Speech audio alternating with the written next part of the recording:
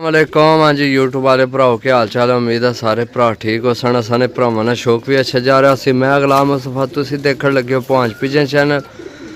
अच्छा दोस्तों, जिन्ना भरावां ये तुनी चैनल सबसक्राइब नहीं किया, सबसक्राइब करो ताकि असी जेड़ी वीडियो लगाइए अपने भरावां तक आसानी ना पहुँच सके। माशाल्लाह जनाब, अपने भरावां वास्ते बड़ी अच्छी डील लैके आए हैं।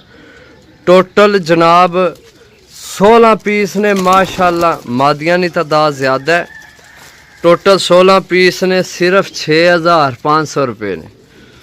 सिर्फ 6500 रुपये ने टोटल 16 पीस। जिस भरा लैने हो जनाब रबता कर सकते हो। रबता नंबर है 0325 52 40 603।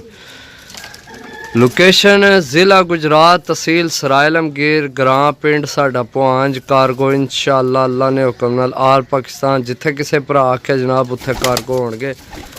बाकी जनाब परिंदे चेक कर लो। टोटल जनाब 16 पीस ने। सही है, चेक करो माशाल्लाह। यंग पट्ठियां पट्ठे ओ कबूतर जनाब थोड़ी बड़ी उम्र है। बाकी टोटल जनाब यंग पट्ठियां पट्ठे ने। सही है, बहुत आउट क्लास नायाब जनाब पीस। 6500 रुपये ने।